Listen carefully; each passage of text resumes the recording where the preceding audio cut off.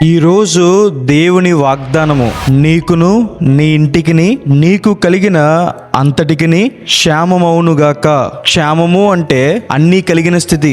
చేసే జాబ్స్లో, బిజినెస్లో, ప్రయత్నాల్లో, స్టడీస్లో దేవుని ఆశీర్వాదం ఉండడం, అలాగే ఆరోగ్యం, సమాధానం, సంతోషం, దేవుని కాపుదల కలిగి ఉండడం. బైబిల్లో యోబు గారిని దేవుడు అన్ని విషయాల్లో ఆశీర్వదించడం మాత్రమే కాదు, యోబు గారికి, తన కుటుంబానికి, తనకు కలిగిన అంతటికి దేవుడు తన కంచె నుంచారని.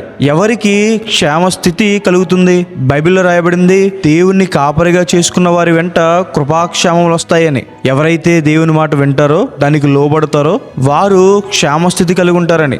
దేవుణ్ణి సేవించేవారు క్షేమస్థితి కలిగి ఉంటారని. ధనాన్ని సేవించేవారు దేవుని సేవించలేరు, పాపాన్ని సేవించేవారు దేవుని సేవించలేరు. పాపాన్ని, లోకాన్ని విడిచిపెట్టి ఎవరైతే దేవుని సేవిస్తున్నారో వారు దేవుని నుంచి ఆశీర్వాదము, సమాధానము, కాపుదల పొందుకుంటారని. బైబిల్లో ఒబేదెదోము ఇంట్లో దేవుని మందసం ఉన్నప్పుడు 3 నెలల్లో అతనికి కలిగిన అంతటిని దేవుడు ఆశీర్వదించారు.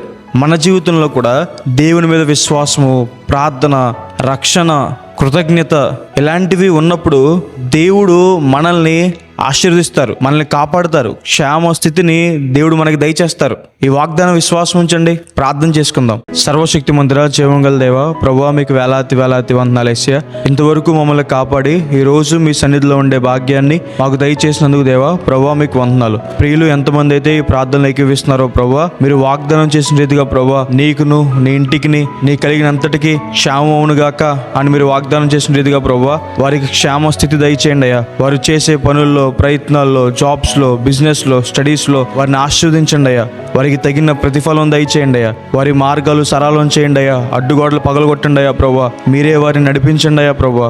మీ ఆశీర్వాదము, దీవెన వారి మీద, వారి ఇంటి మీద, వారి కుటుంబం మీద ఉంచండి అయ్యా. వారి కుటుంబంలో శాంతి, సమాధానము, సంతోషము, ప్రేమ, మీ యందు భయభక్తులు కలగచేయండి అయ్యా. ఎవరైతే అప్పుల బాధల్లో బాధపడుతున్నారో ప్రభువా, ఆ బంధకాల నుంచి బయటికి తీసుకురండి అయ్యా. అనారోగ్యంతో ఉన్నవారిని ప్రభువా ముట్టి స్వస్థపరిచి సంపూర్ణ ఆరోగ్యం దయచేయండి అయ్యా. భయము, ఆందోళనతో ఉన్నవారు ప్రభువా, డిప్రెషన్లో ఉన్నవారిని ప్రభువా మీరే బాగు చేయండి అయ్యా. వారిని మీ సమాధానంతో, సంతోషంతో నింపండి అయ్యా. వారి ప్రయాణాల్లో ప్రభువా మీ కాపుదలు ఉంచండి అయ్యా. మీ తోడు వారికి ఉంచండి అయ్యా. మీ సన్నిధి కాంతి వారి మీద ప్రకాశింపచేయండి అయ్యా. రక్షణ లేని వారికి ప్రభువా రక్షణ భాగ్యాన్ని దయచేయండి అయ్యా. విశ్వాసంలో బలపెట్టండి అయ్యా ప్రభువా. మిమ్మల్ని సేవించే మనస్సు వారికి దయచేయండి అయ్యా. కృతజ్ఞత మనసుని, విజ్ఞాపన మనసుని, ప్రార్థన చేసే మనసుని వారికి దయచేయండి అయ్యా. ఏ కార్యాలు సఫలం అవ్వాలని ప్రభువా మిమ్మల్ని వెతుకుతున్నారో ప్రభువా, వివాహ విషయంలో కావచ్చు, గర్భఫల విషయంలో కావచ్చు, జాబ్ విషయంలో కావచ్చు, బిజినెస్ విషయంలో కావచ్చు, స్టడీస్ విషయంలో కావచ్చు, సమాధానం విషయంలో కావచ్చు, ఇంటి విషయంలో కావచ్చు, వారి కార్యాలన్నీ కూడా ప్రభువా సఫలం చేసి వారిని సంతోషపరచండి అయ్యా ప్రభువా. ఒబేదెదోము ఇంటిని ఆశీర్వదించినట్టు, యోబు గారిని ఆశీర్వదించినట్టు, అబ్రహాము గారిని ఆశీర్వదించినట్టు ఈరోజు ఈ ప్రార్థనలు ఏకీవిస్తున్నదని కూడా ఆశీర్వదించండి అయ్యా. వారి చుట్టూ మీ కాపుదలు ఉంచండి అయ్యా. మేము అడిగినవన్నీ పొందుకున్నాం నమ్ముచు యేసు నామమున వేడుకుంటున్నాం తండ్రి, ఆమేన్. ఈ ప్రార్థనలో మీరు ఏకీవిస్తే ఆమేన్ అని కామెంట్ చేయండి. దేవుడు మిమ్మల్ని, మీ కుటుంబాన్ని ఆశీర్వదించి కాపాడును గాక.